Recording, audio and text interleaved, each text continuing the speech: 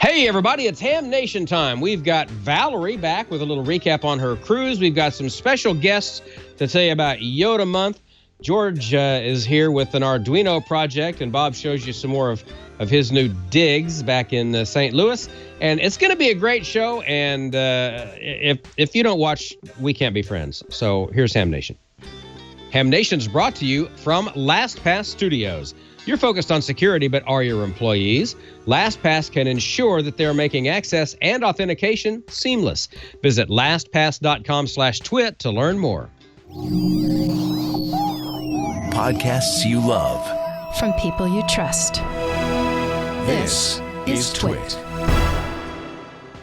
This episode of Ham Nation is brought to you by Freshbooks, the #1 accounting software in the cloud for self-employed professionals and their teams. Seamlessly create invoices from estimates in a flash. Try it free for 30 days at freshbooks.com/hamnation. By DX Engineering. DX Engineering offers practically everything you need to outfit your shack, plus the fastest shipping in the industry. Most in-stock items ship the same day, Monday through Friday until 10 p.m. Eastern. For more information, visit dxengineering.com/hamnation. And by Icom. For more information, visit icomamerica.com/hamnation.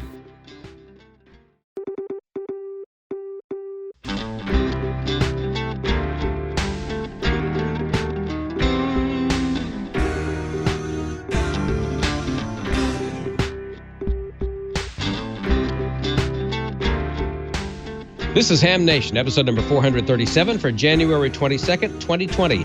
YOTA month recap. Hello, everybody, and welcome. We're all tuned up to Ham Nation. We're going to have a whole bunch of good things. It's cold here in Illinois, but that's okay. We can handle it. No antenna work, although I did a little bit of something. We got some really special things tonight. We're going to have big news about the youth. We've been talking about the youth on the last few shows. Well, tonight we get the whole works from Bryant and from Neil. So we'll get those in just a minute. Don is here, George is here, Amanda's here, and guess what? Valerie is here, and she's going to bring pictures and all kinds of stuff from her cruise. So I'm looking forward to that. So we're all ready. Before we do that, I need to kill a little bit of time. You know, we were talking here a week or two ago. I made an antenna. Remember this little deal? It's speaker wire. And I, of course, put a transformer in it. And I always like to use a transformer so that no ground is going to be messed up.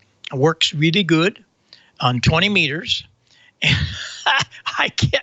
I'm working a guy in New York. I think it was. I get a text from the man, Mr. Fried Chicken, as I call him, Marty Soloway. He said, "Your signal's pretty good out here," and I can't believe it. I'm getting S9 10 over with good old speaker wire. But remember, we figured out what frequency it was, cut it to length, and what did it cost me? $3? Really cost me nothing because it was speaker wire I had.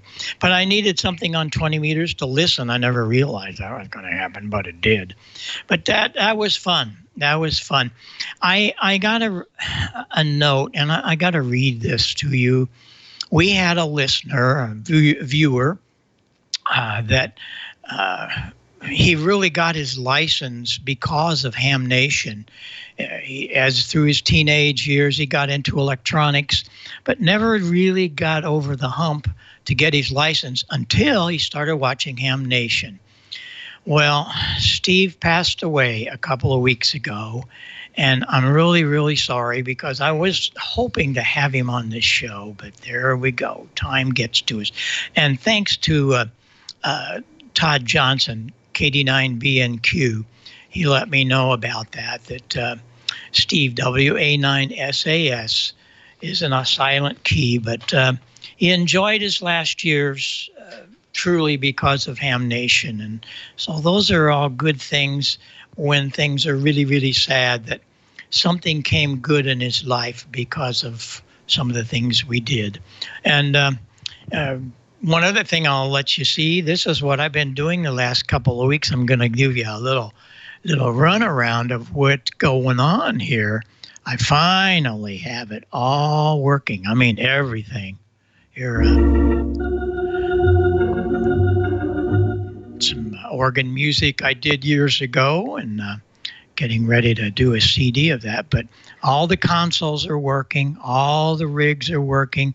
I told you about all of the switches last week. We went through all of that. If you missed it, go back and look at last week. Showed you how to switch all of this crazy stuff. But the other thing I did is I got some of my other things hung up. You'll see my beloved Collins sign, and up there in the corner is my Harvey Wells puzzle. That is a really cool thing that my friend down in the Carolinas did for me. He's a Harvey Wells buddy, and I wonder how come that's looking crooked, because it's not really crooked on the wall. The camera's crooked. But you can see that's a puzzle. He took a picture of his Harvey Wells, and Sarah and I put that puzzle together. But all the stuff works. That's all vintage stuff and the AM stuff. It's all working great. And the central electronics is not wired, because we're going to take a little view of that. I have my wonderful reference map from 1956, and those are just priceless to me. There's the Pine board, and it's hooked up. I also have the Mars hooked up. So all of this crazy stuff is kind of like going. I'm very happy. It takes a lot of time to get it all together and make it all work the way you want. But that's what ham radio is all about. And I'm truly blessed to be able to have it all here and working. But now we got to work on some antennas a little bit. But what can I tell you? Well, we want to get on to some serious business here, and that's the YOTA was a huge success. And we brought the man on. Bryant's going to tell you all about what happened, because he was the leader, and he's been on several times, and I'm sure you know him. He was Young Ham of the Year a couple of years ago. Bryant, you're something special. KG5HVO. Let us hear what went on and all of that activity that you are heading up. Good evening, Bob. Thanks for having me here on Ham Nation tonight. It's great to be here to talk about Youth on the Air Month, which we recently concluded last December. It was a great success here in Region 2. We had 18 youth from the United States, Canada, and Chile get on the radio to tell the world about youth and amateur radio. So, Victor, yes, if you go ahead and get started with the slides. Here in the United States, we used 4 special event call signs to celebrate on all modes and all bands. Those call signs were Kilo 8 Yankee, Kilo 8 Oscar, Kilo 8 Tango, and Kilo 8 Alpha. Together, if you put the suffixes together, it makes YOTA for Youth on the Air. And we had 15 operators across the country use those call signs throughout the month of December. Shown here is Jack McElroy, a KM4ZIA, a very good operator from the Atlanta area. And he is shown here using the Kilo 8 Yankee call sign on the AO92 satellite. And he and his sister Audrey, KM4BUN, made lots of contacts throughout YOTA month. And shown here is Khalil Bouzmi. He is from Tunisia and has been very active in the Youngsters on the Air program in Europe, or Region 1. And over Christmas, he stopped by the Lee family's house. Everybody knows the Lee family, a very active ham family from Florida. And he joined them in operating the Kilo 8 Alpha call sign for a few days. So it was really cool to see him have fun with the special event call signs here in the United States. And here across the sea to South America, we had Matthias, CE2LR, use the XR2YOTA call sign to activate Chile. And he has a really cool story with YOTA Month. He actually met another young ham from South America, Manu, CA3MPR, and they were able to get together and meet at Matthias's station and have some fun on HF. Together they made about 1,535 QSOs. So just to conclude, here are some statistics about YOTA Month. It was a global success with over 100,000 QSOs logged. That our original goal was 100,000, so we broke that goal around Christmas time, which was really cool. Here in Region 2, we logged over 12,000 contacts, had a lot of fun, and some of the operators even used the special event call signs during contests, such as the CWTs, the phone phrase, the RAC Winter Contest, and the FT Roundup. So it was a really radioactive month here in Region 2, and it wouldn't have been as successful as it was without the Ham Nation viewers who turned on the radios to work the youngsters. So we really appreciate it, and thank you. All right. Well, you heard all the success that we had with YOTA Month, and Bryant did a great job of putting all that together, and he got in there and took care of the logs and got all the QRZ.com pages going, and made the schedule and kept track of everybody, and did a fabulous job. In fact, he did such a good job, he may have to do it again. But this was one of the things that we wanted to do with this was make people aware that Youth on the Air is alive and well and working. And we have this camp coming up in Cincinnati in June 21st through 26th. You've heard about it, and we're still fundraising the last little bit of the money. Our sponsors have donated over 3/4 of the money to do this, but the last bit is still being fundraised. And after being on this program and some other programs, we've come up with another $1,000. So we've got about $4,000 to go. And then we would also like to be able to add 10 more campers to our list. And it looks like we're going to fill up. So we'd really like to not just raise 4,000, but another 6 to make it an even 10,000, so that we can have 30 kids attend the camp instead of 20. So Steve KM9G contacted me and said, tell you what, I'll match dollar for dollar up to $4,000 until the end of February, so that we can boost this up and get this going.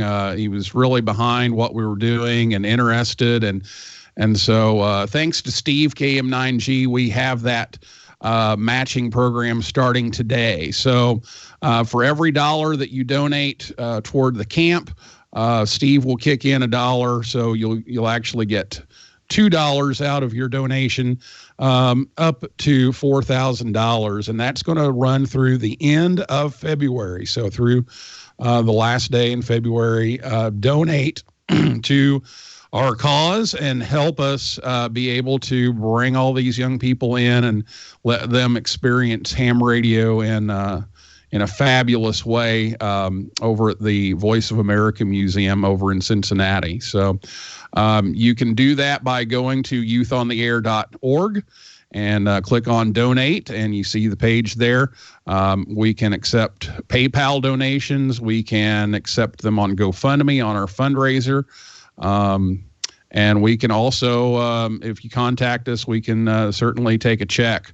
We'll also be at Winterfest over near St. Louis and Collinsville this weekend. We'll have a donation box there. So if you happen to be at Winterfest, you can drop your donation in the box, and all of that will be matched. And of course, if you want to do the Amazon Smile thing, if you want to shop on Amazon, they will donate a portion of your purchase as well. So those are some ways that you can help us raise this last $4,000 to $10,000. We're hoping that we can make it 10,000 so that we can have room for more campers. So, Bob, back to you.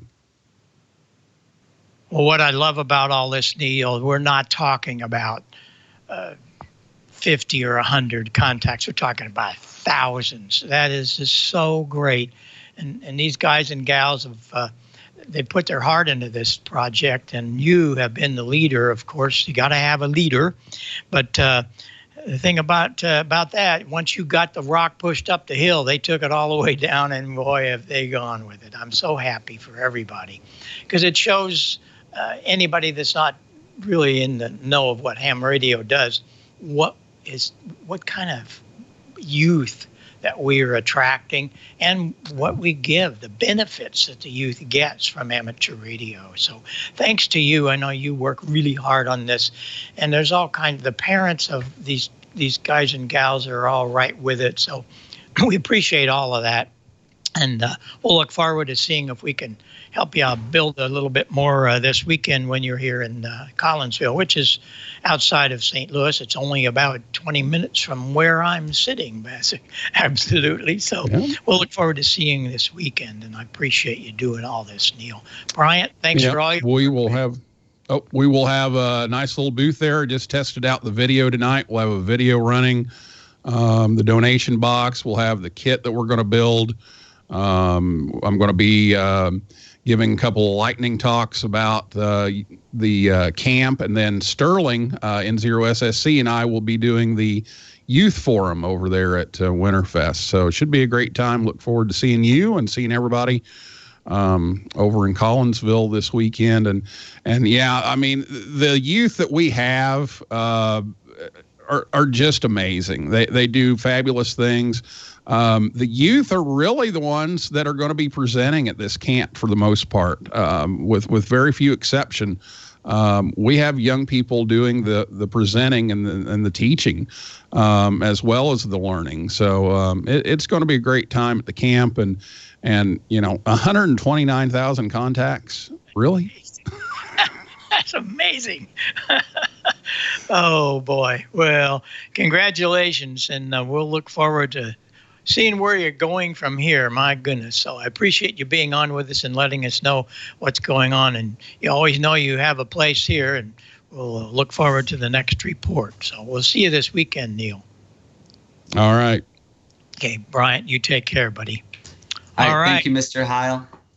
It doesn't get any better than that, Don Wilbanks. What do you think? Oh, man. Yeah, just amazing. And Bryant is just the best ambassador for youth and ham radio.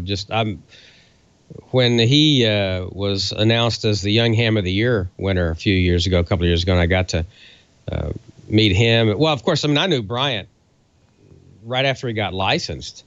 And I had been around him for 5-6 minutes, and I went over to the people in the Jefferson Amateur Radio Club here in New Orleans, where he lived down here, and to his mom, and I said, "You need to watch. This kid's going to be Young Ham of the Year in a couple of years. I see it. I mean, he had it. He was bit, and it's been so cool to watch him grow as a young man." And as an amateur radio operator, and to get to know his family, his mom, his dad, every member of the family, just quality people, Bob. They really are. Well, that's part of it, is that the parents have a lot to do with it, how they grew these children as they were coming up. And once they get to be into the teenagers, look out, because they know what they want to do. And that's something that a lot of teenagers don't. They don't have a direction. And right. These kids have a direction once they get into ham radio. Hey, I'm a poster child for that. Neil's the best poster child, because I think he was 8 years old, 6 years old. 5. 5. He was the youngest ham, I think, on the planet when he first got licensed at 5 years old. Yeah.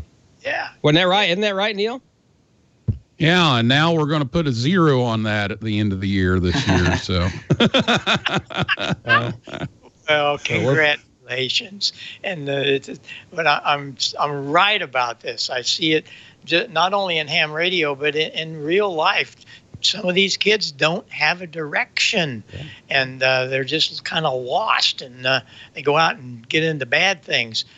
You get somebody that's got a direction, look out. You got yourself a Marty Sulloway, and you got yourself a Bryant, and you got Audrey and Jack, and on and on and on, only because they have a direction. So we're really excited to have that happen in amateur radio. So you come back and we'll talk more about it, but we'll see you this weekend. I really appreciate you being here. Thanks so much, guys. Thank See you. you soon. All right. Well, Don, what an opening for you, huh? Yeah. Tough act to follow. Bryant and Neil. Yeah. I got to tell you. Yeah. For sure. And I want to, before we go any further, I want to say hello to our WTWW listeners. We've got kind of a cool thing. You know, they do the oldies now, the rock and roll at night, and they feature some really, really cool disc jockeys from back in the heyday of Top 40 radio. And tonight, Steve Hunter is going to be on. Steve was on CKLW in Detroit and WIXY Cleveland and many other big radio stations. So check out WTWW on the shortwave tonight, 5085. And, of course, WTWW.us, where you can make a request. A lot of ham radio related programming on there, too. They're simulcasting Ham Nation right now. They, of course, run Amateur Radio Newsline and a whole lot more stuff. Email at WTWW is the address, the email address, if you'd like to get in touch with them. So why don't we go ahead and we'll get into Amateur Radio Newsline here in a second. But first, I want to tell you about FreshBooks. If you have a business, a small business, and you're looking for some accounting software, you're not going to get much better than FreshBooks. FreshBooks has streamlined the way that you do business by bringing together the tools that you need from pitching to getting paid. And that's what it's all about. Get invoices out the door faster, create customizable proposals that will impress your clients, give your client the ability to improve or approve a project with one click, view and respond to client feedback about an estimate, preview estimates and quotes before sending, easily add discounts, send estimates in your preferred currency if you're doing international stuff, create an email, an estimate from anywhere with the FreshBooks mobile app. And you want to know how your business is performing? FreshBooks Reports has a ton of valuable information to show you exactly what you need to know at a glance. Color-coded breakdown of spending, summary of most recent activity, profit and loss report, sales tax summary, accounts aging report, payments collected report, and it just goes on and on and on. And don't forget, your private data is their top priority. It is protected by 256-bit SSL encryption. That's the gold standard in internet security. And FreshBooks is a cloud-based program and uses industry-leading secure servers. You can feel confident running your business knowing that you have their help and that you're protected. Seamlessly take the guesswork out of planning with FreshBooks estimates and reports. Visit freshbooks.com/HamNation. Enter Ham Nation in the How Did You Hear About Us section. You'll get 30 days free. That is freshbooks.com/HamNation. Enter Ham Nation. You'll get your 30 days free. Thank you, FreshBooks. We appreciate you. Now let's get into the news of the week from Amateur Radio Newsline, and we'll have a solar report from Dr. T. That's next.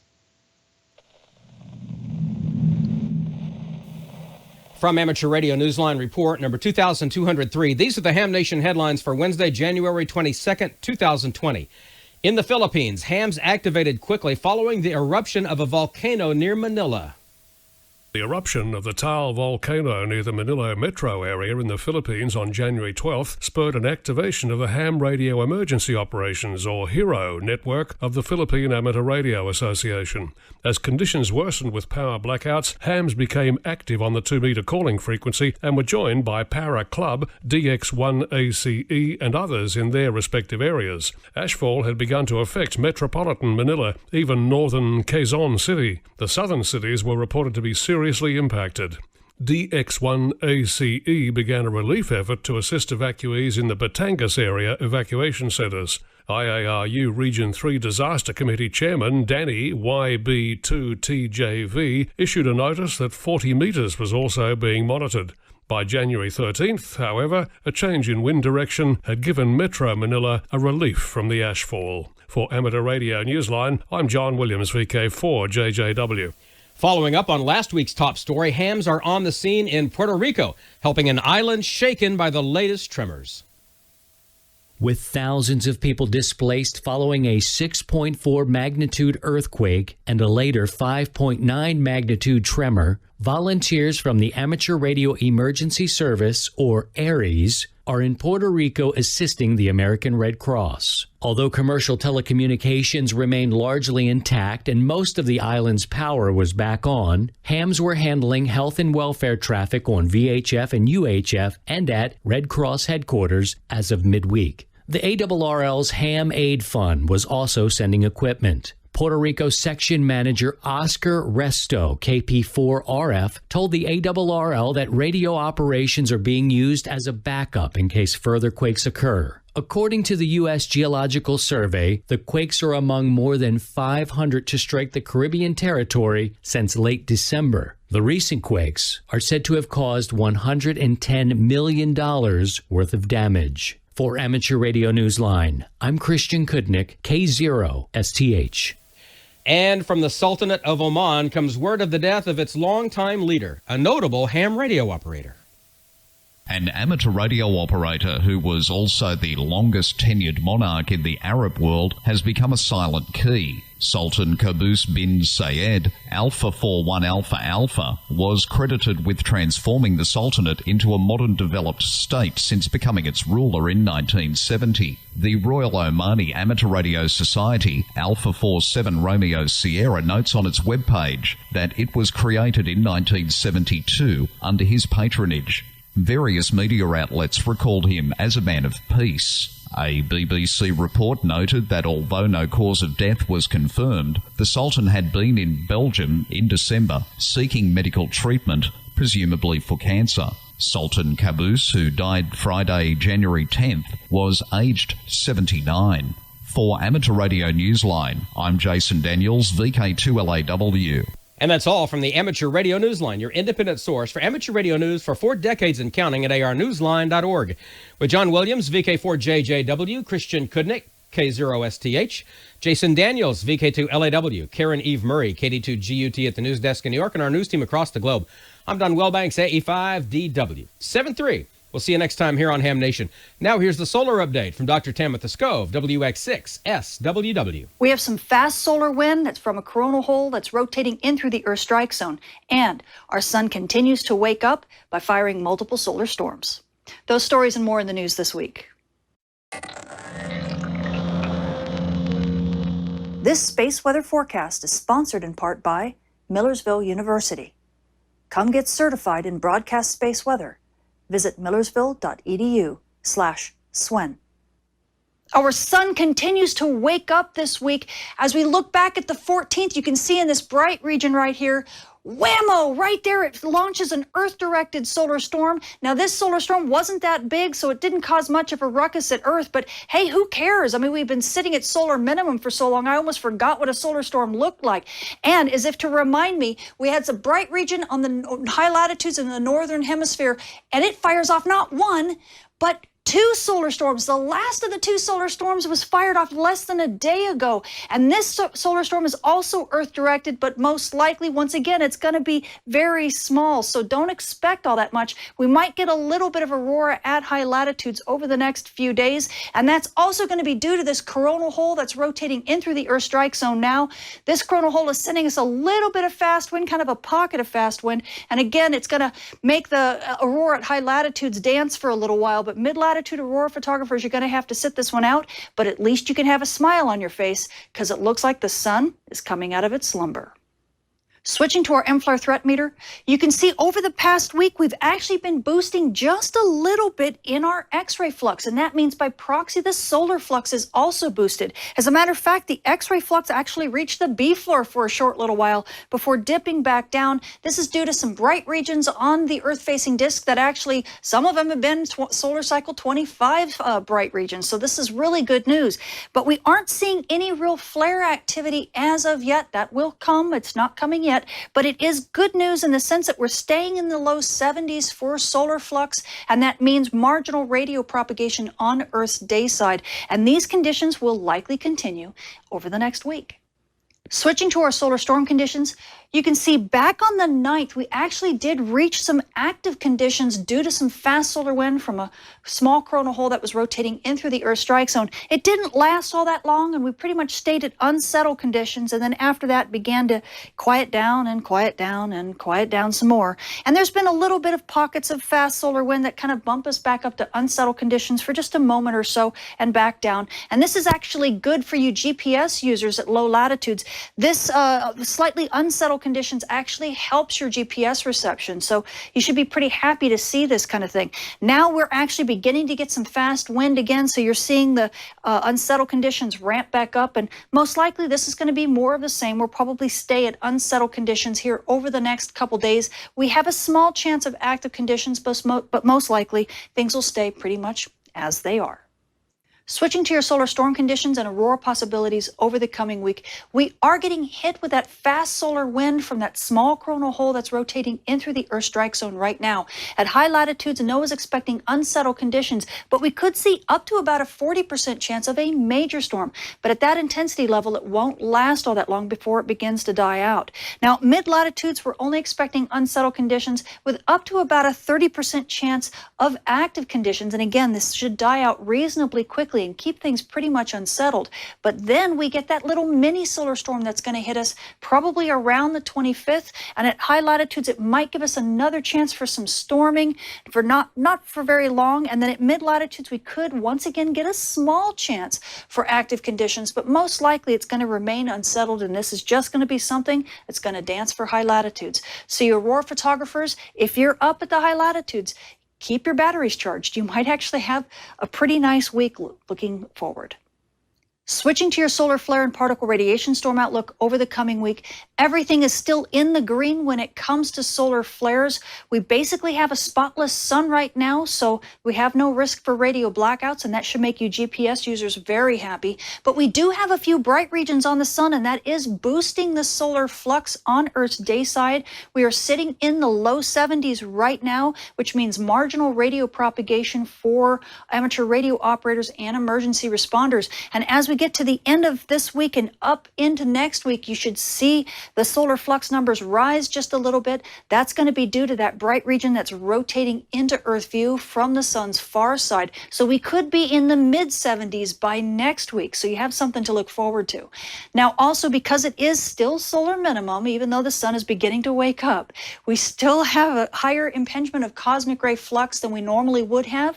So you frequent flyers, and this does include aircrew who fly over 800 hours annually and fly at high altitudes and high latitudes, you are in the marginal range for radiation dose, and this does include prenatal passengers. So please take this into consideration in your flight plans.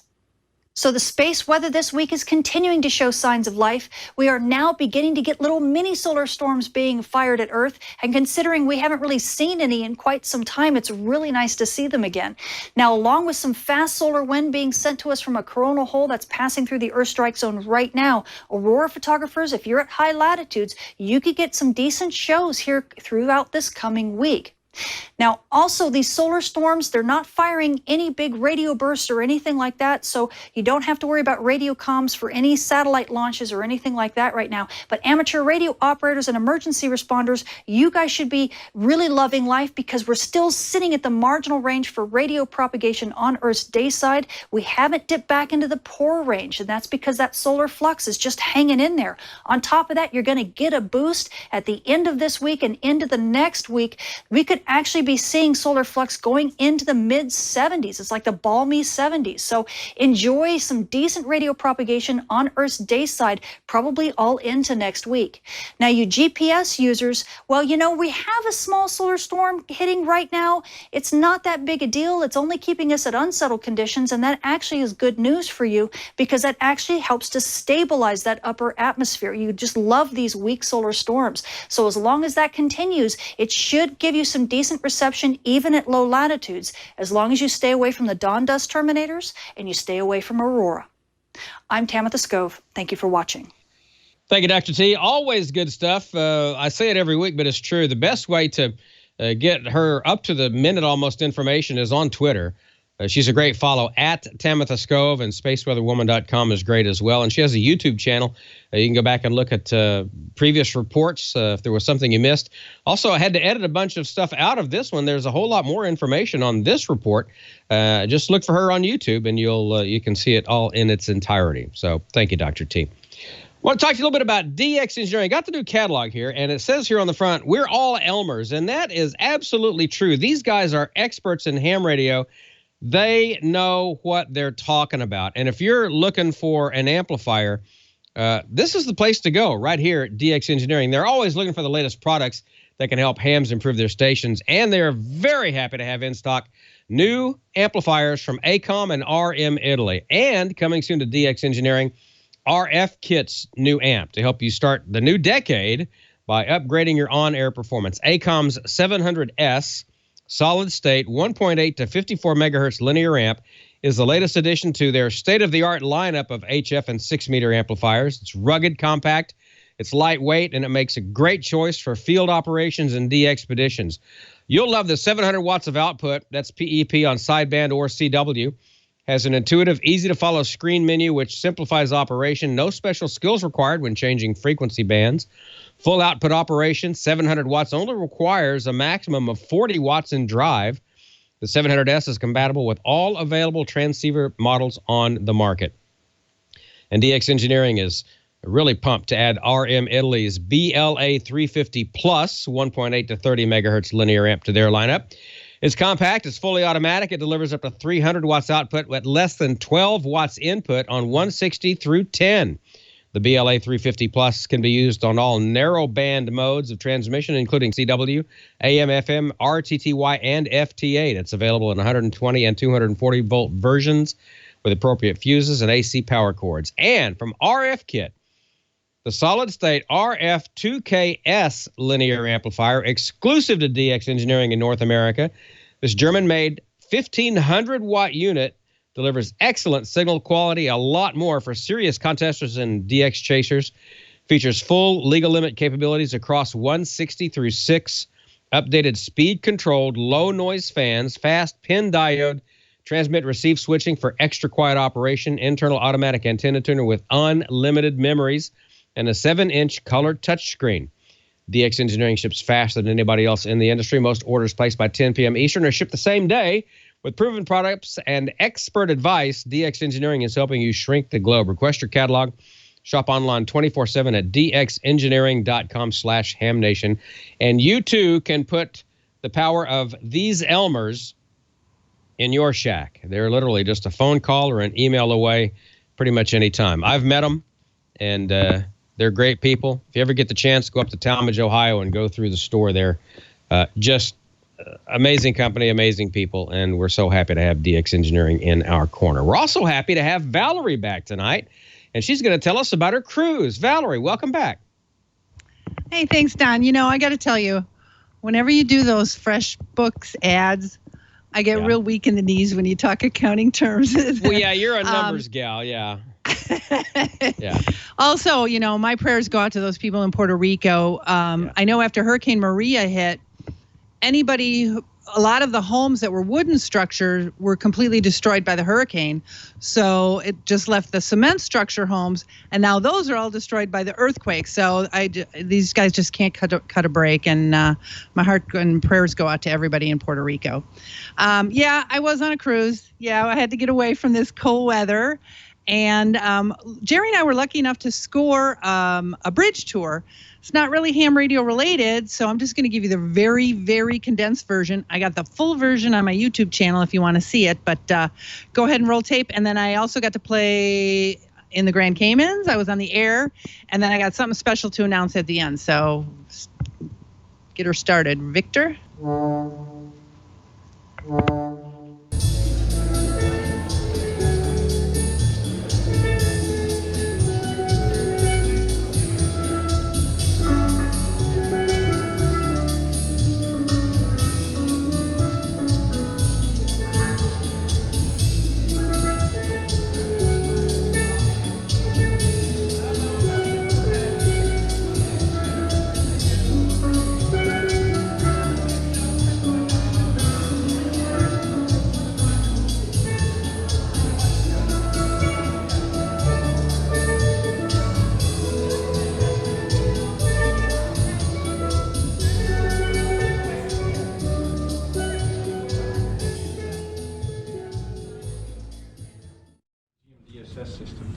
DSS is basically our communication system to the outside world.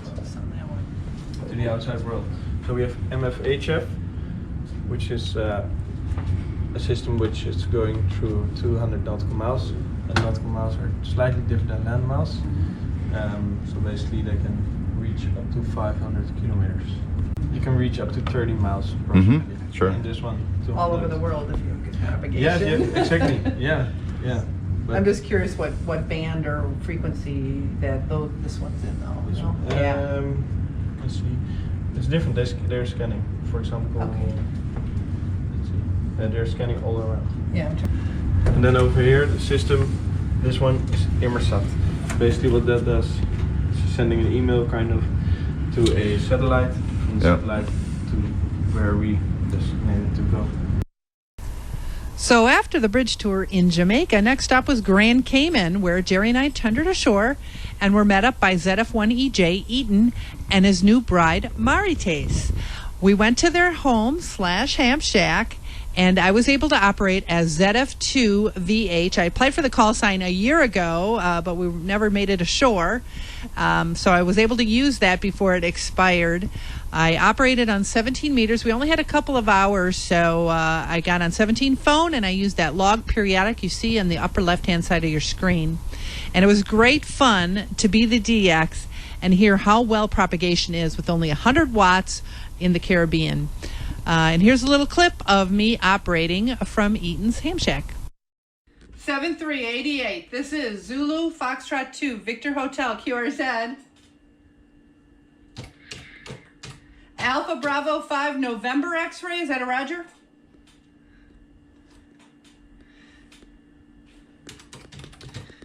Snowing in Texas. Well, it's beautiful here in the Grand Caymans. You're 5'9" as well, Dennis. Nice to meet you, and you take care, okay? Thank you. Zulu Fox 2, Victor Hotel, QRZ. So hopefully I got you guys all in the cruising spirit, because there is a ham radio cruise coming up, and it's next January 2021. It's a 7-day Western Caribbean cruise aboard a Carnival cruise ship, and they're going from Galveston to Jamaica, Grand Cayman, Cozumel, and then back to Galveston with a couple of sea days. They're going to have seminars on the sea days. They're going to have 2 HF stations set up on each side of the ship, port and starboard. And they're going to put the antennas on the back of the ship, and you'll be able to work DX from the ship. You can also use your personal handy-talkies on the Carnival Vista while you're at sea. So if you're interested, you're going to want to send an email to mypinmoneytravel@yahoo.com. That's mypinmoneytravel@yahoo.com. Or give Debbie Rubfield, N5 DSR, she's coordinating this whole thing, give her a phone call at 832-656-0731. Hope to see you aboard. And like I said, you can see the full bridge tour with all the audio and everything. I just wanted to condense it because it's not ham radio related, but it is very interesting to see how they operate that ship, and everything's so computerized now. No more maps or handwritten logbooks. Everything's all computerized. But so go check it out on my YouTube channel. And this week, I just want to talk about some contests coming up this weekend. We got 160 CW contest this weekend, and also Winter Field Day. And then next weekend, we got 3 QSO parties. We got Vermont QSO Party, Minnesota, and the British Columbia QSO Party. So make sure you get on the air and help them out and get some more counties in your log. So that's all I've got for this week. So I'm going to head it over to George, see what he's got going on. George? Well, thanks, Val. It looks like y'all had a great time there, and I have never been on a cruise yet. One of those ham radio cruises sounds like a good place to start, though, for sure. Well, tonight we are going to talk a little bit about, well, it'll be our first lesson on the Arduino Uno. You know, I asked a few weeks ago, would anyone be interested in kind of learning how to get started with them programming from the very beginning, and got a lot of good responses to that. So this will be the introductory episode for tonight. We talked a little bit about them already and what they are. You can go back and check out the last couple episodes of Ham Nation and learn more about that. Essentially, it's these little microcontroller devices right here. They are very handy, and they will replace a lot of logic circuitry that normally you would have had to done with just separate components.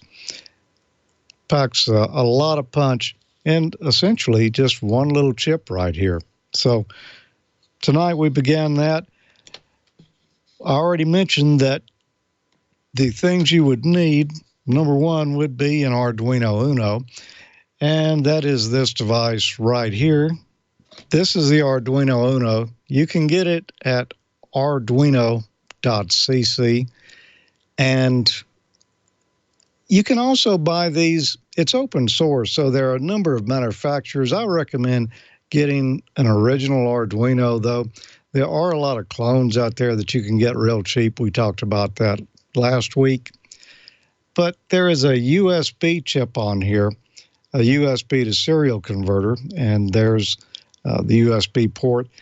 That's how you program this chip, is all coming through that USB there.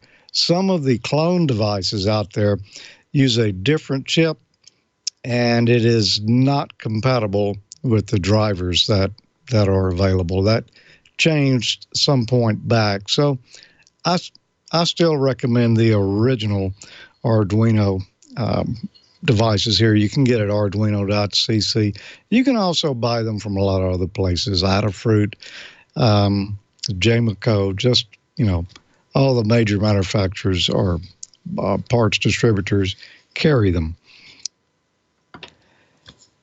And there are a few other items that you would probably need. Well, one for sure, and that is a USB Type A to Type B cable. This is the same type of cable that fits a lot of different items. You may already have one of these on hand. One side just looks like the regular USB. The other side is the one that's more squared off. That's the end that fits in the Arduino. You'll definitely want that if you're going to program it. You'll also want, to do the things we're going to do here, the experiments, you'll need some 10K ohm resistors, just regular 10K ohm resistors, quarter watt, eighth watt, either of those would be fine. You'll also want to get some 150 ohm resistors, because we're going to use the 10Ks for pull-up and pull-down resistors, but we also want to get a few LEDs. And the 5 volts coming out of that Arduino is a little much to drive a typical LED. So if you get some 150 ohm resistors, we'll be using those in series with the LEDs so that we'll drop down the voltage and current and won't burn out our LEDs or our Arduino in the process. So I'm going to say get about 10 of the 10K ohm resistors, get about 5 of the 150 ohm resistors, maybe 5 LEDs. You're also going to want a breadboard, experimenter's board. This is one right here. You can get them that have the terminals on them, or you can get them just standalone, just the breadboard portion right here. This is those little boards that you can plug components into and jumper wires and connect things together. You'll be able to do these experiments without that, but it's really going to be a lot more easier to do if you actually have a breadboard here. These things are real cheap. You can find them all over the place. To go with that breadboard, you're also going to want some jumper leads. And those are just, little jumpers here. If you can see it, there's a little pin on the back of them that will plug in and fit into that breadboard. Now, you can use just solid gauge wire if you want to for that, but these little jumpers are cheap enough and pretty easy to find, so I recommend you use them, although I've used old telephone wire before. I've even used Cat5 cable, although it's a little small, really, to be plugging into a breadboard. And that's the main items that you'll want to do this. There are a few optional things that would be handy as well. One is a little wall wart power supply, 7 to 12 volts DC, at least 200 milliamps. I might go more, I might go up to an amp or so. It really depends on what you're going to connect to that Arduino as to whether or not you need more current. But I have done it, use this with some small devices. It's just a 200 milliamp and it worked fine. So I would get a little more than that, but just for the things we're going to do, 200 will be plenty here. Another optional item you might want is just some little push button switches that you can plug in to the experimenter board here. You can get some of the little ones that just plug straight onto it, or you can get any kind of push button. Maybe you've already got some. Just solder you some wires to it that you'll be able to plug into the board here. That'll be sufficient. Let's see, 4 toggle switches. That's just, the regular little single pole double throw switches.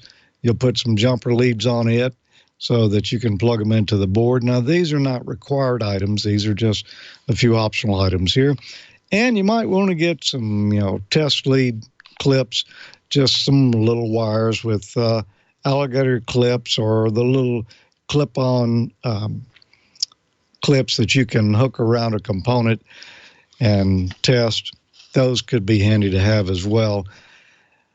I've got a list here that shows some of these items. If I've got a video here to get you started. This will show us installing the software to program the Arduino with. So if we can look at that now, I think that'll be a little help. There are 2 main options to program an Arduino, and there are third-party options as well. We're going to use one provided by Arduino themselves. Go to arduino.cc, software, downloads. You'll see an Arduino web editor. That is one way to do it, and you don't have to install the editor on your computer if you do it this way. I've actually have not used it. Your code is stored in the cloud when you do that. I like to keep everything on my own hard drive, so I'm going to download the Arduino IDE. Now, it's available for Mac OS X, 32 or 64-bit Linux, and the ARM versions of Linux as well. Of course, we're going to be using it on Windows here. I'm not going to use the app. I'm going to use the Windows installer. Here you can contribute to the Arduino software, folks, to encourage them to continue the development of Arduino and kind of help them out a little bit. Once you've downloaded it, execute it. You'll install the Arduino software, the USB driver. We'll create a start menu shortcut and a desktop shortcut so it'll be easy to launch at this point, and we'll associate .ino files with the Arduino editor. And it'll choose a path to install it at. It'll take a few moments for everything to install and set up properly. And it's completed. It did prompt us to install the drivers, and we did install them. Now we've got a desktop shortcut that we can launch Arduino from. The Arduino editor does use Java SE, so you'll have to allow access for that. And we're not going to do it on a public network. We'll just do it here on the private. And there's the editor right there. Let's enlarge it so we can see it a little bit better. We can also change some preferences in here so that things will appear the way we want them. We'll increase the font size here a little bit so that you can see what's going on a little easier. Now, there are updates available for some of the libraries. I didn't choose to install them right then. It will come back and ask me that again when I run this later, and I'll have the opportunity to do it at that point. It's okay now to plug in the USB cable to the Arduino Uno. And we'll want to go here under Tools. We'll select the board, which is, in this case, we've got a Arduino Genuino Uno. And we'll also choose the COM port that is on. Right here, COM port 3 looks to be the one. Now, you could look in Device Manager on Windows and look at the various COM ports there. When you unplug your Arduino, the COM port that it's using will disappear. When you plug the Uno back in, you'll see that COM port pop up again in case you're having problems identifying which one. Now the Arduino is ready to begin. This one is set up so that we can communicate with it. We've created no code at this point, but we do have things set up and ready to begin next time.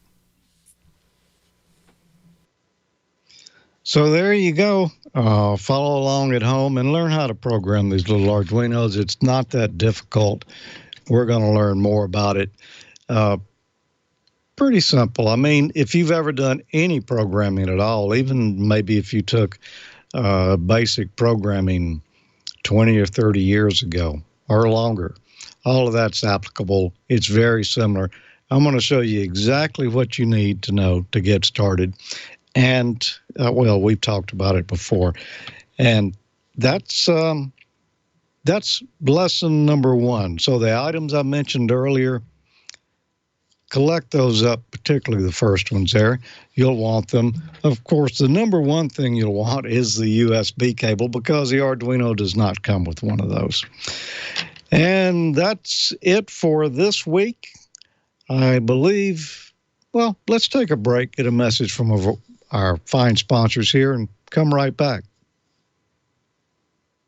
New year, new savings. Bring in the new year loud and clear with some of ICOM's most innovative products.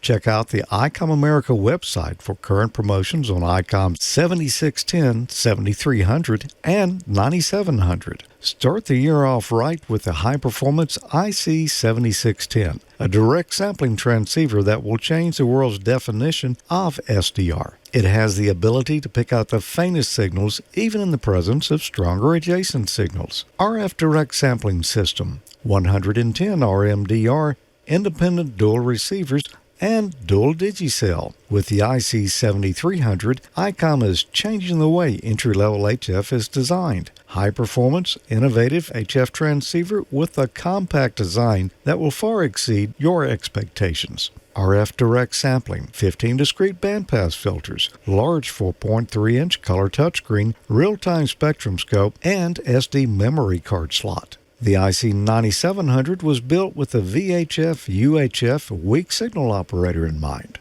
Faster processors, higher input gain, higher display resolution, and a cleaner signal. Icom's IC 9700 is the pinnacle of perfection. 4.3-inch color touchscreen, dual watch operation, and full duplex operation in satellite mode, real-time high-speed spectrum scope and waterfall display, voice recording playback functions with SD memory card, supports CW, AM, FM, single-sideband RIDI, and D-Star DV and DD modes. Visit ICOMAmerica.com/amateur for more information and current promotions on Icom 7610, 7300, and 9700.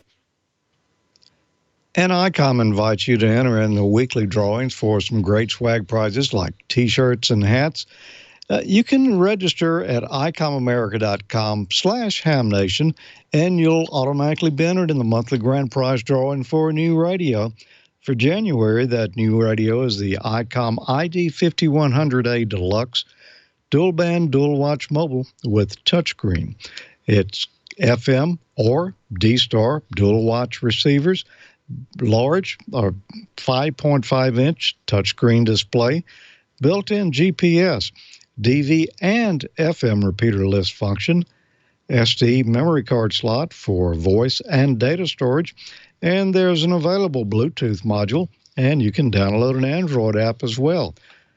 Go to ICOMAmerica.com/HamNation after this and each episode of Ham Nation and register to win. Sign up, good luck, and don't forget to follow Icom America Inc. on Facebook and Twitter. And now here's Amanda to find out what's going on in the chat room this week. Well, hello, George, and everybody else on the show. Thank you, viewers, for being here tonight. My first comment is this is for Don. Happy belated birthday to Tyler. Yeah, thank you. Tyler, N7TMW's golden birthday was Monday, 20 on the 20th. And it was really cool. My friend Aaron Pierce, who owns an FBO at the Hammond, Louisiana airport, flew his Mooney into Picayune and took us to lunch. And then we took Tyler up. It was his third airplane ride, actually. He had flown commercial back in 2009 when we went to D.C., and in 2007 was his first airplane ride, and another one of Aaron's airplanes where I was actually pilot in command.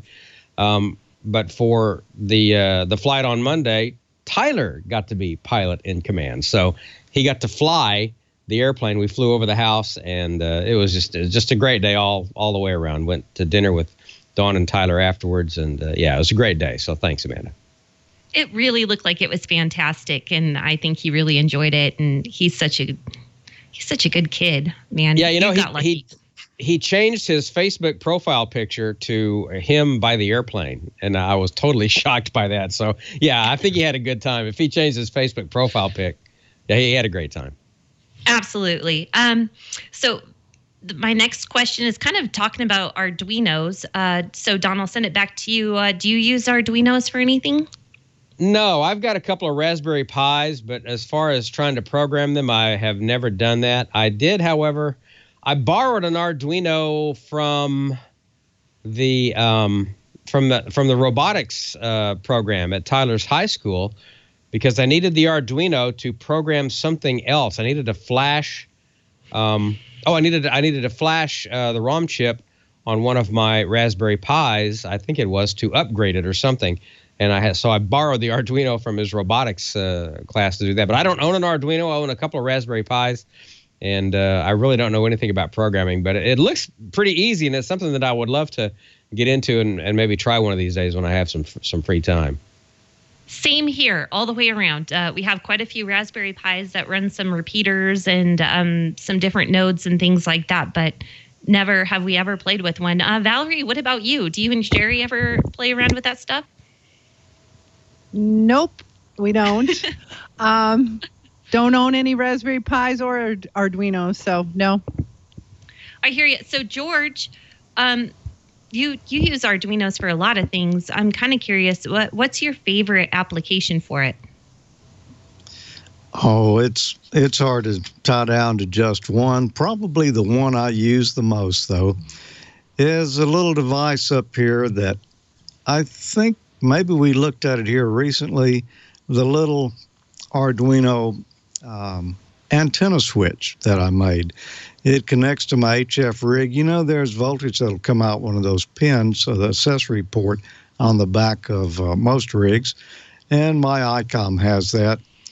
And I just send a little signal. Anytime I turn on my rig, the Arduino receives the voltage that's coming from the rig, and it knows I turn on the rig.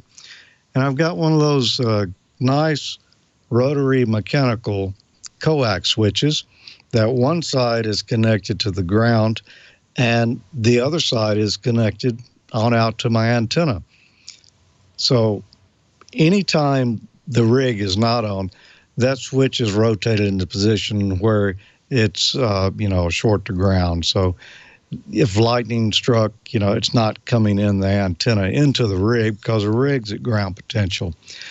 When I turn the power on the rig, it automatically turns that switch for me, and then the antenna's connected to the rig because, I don't always think to unscrew the antenna. And living down here in the South, that's something you need to do.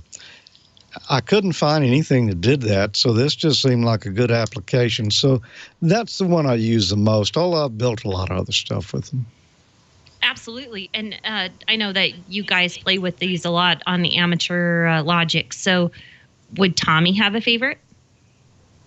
Oh, yeah, I wouldn't know what his favorite was either. There's just so many things you can do with them.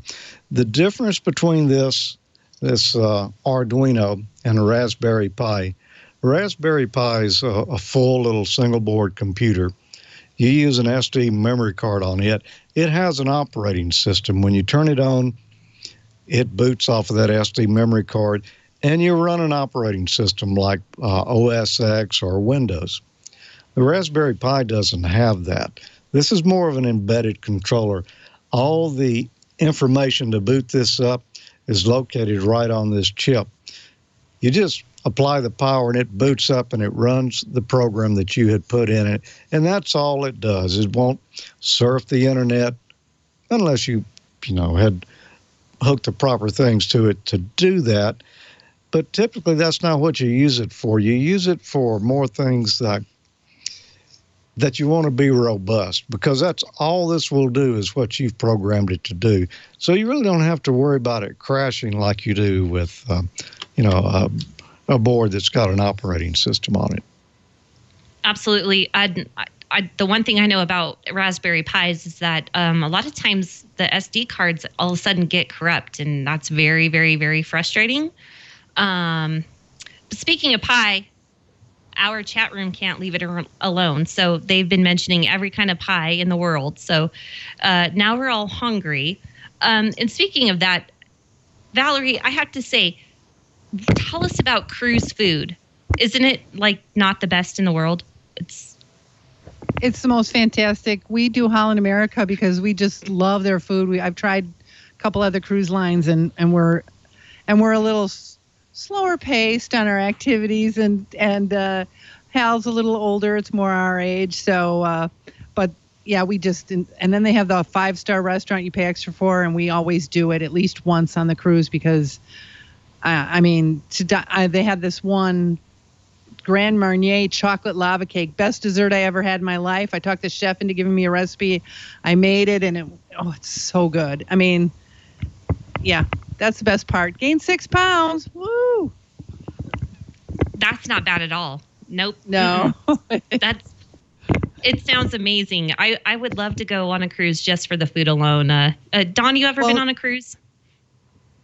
Yeah, it's been a long time ago. We took a cruise for our 10th wedding anniversary, which we've been married 35 years this year. So yeah, it's been 25 years ago or more. But it was a small boat before the big boats came to New Orleans. And it was just a Grand Cayman, Cozumel little cruise, and Jamaica. And yeah, it was the best time. And the food was, like she said, just outrageous. My favorite spot on the boat was at night, when the sun was going down, sitting on the stern of the boat, the very back of the boat on the fantail, watching the wake go out behind the boat with my feet propped up on the rail, a cigar in one hand and a glass of brandy in the other. I was set. That was my night. That sounds amazing. Val, what was your favorite part besides the food? We went with a bunch of friends of ours, and so that was it's just fun hanging out with them, doing the trivia contests and stuff like that. We just had a ball. We went to Key West. We had a blast in Key West, ran into another ham, and then we met Eaton and his wife on Grand Cayman. So it was just fun seeing everybody and sleeping in, getting an afternoon nap every day, having someone do your laundry and make your room every day. So it was nice. Hopefully, if you guys haven't done the cruise, they have that ham radio cruise next January. So that should be fun. I'm telling you, I'm almost sold already. They do your laundry and you get good food. That's all I needed to hear. And drinks. All right. I know. Okay, we got to wrap this up, you guys. So let me go over the nets tonight. And we've got D-Star net on 14 Charlie, DMR on 31012. No 40-meter net yet, but Kevin's getting his shack into order, and I think he's going to be on maybe next week. So, and then we have the 75-meter net on 3905. So join Steve W7UDI there if you can. So with that, who's wrapping it up tonight? I don't know. Oh, am I doing it? Okay. Oh. Beasley would, but he's asleep. If you can see him behind me. Zoom out. You got to zoom out. You'll see him. Cool. Yep. He's covered by my NV9 thing. Yeah. All right. Well, we've had a good show tonight. I've learned a lot about the Arduinos, and it was there he is. There's Beasley. And it was great to have the YOTA month wrap-up with Bryant and Neil. And, just a really good show tonight. A couple of technical snafus, but, hey, that is live television, and great to have Valerie back, too. So No telling what we'll have for you next week, but I'm sure it'll be great because that'll be after the Winterfest up in St. Louis, and I'm sure Bob will have a lot of nice pictures and video and stories and circles and arrows and paragraphs on the back explaining what each one was to be used as evidence against us. And you're old if you get that. If you get that reference. So with that, we'll say goodnight, and we'll see you all next week. So for everybody involved with Ham Nation, all of our sponsors, and of course Victor and everybody else back at Twit, we'll say 7-3, and we love you, and we'll see you next week. So good night, everybody.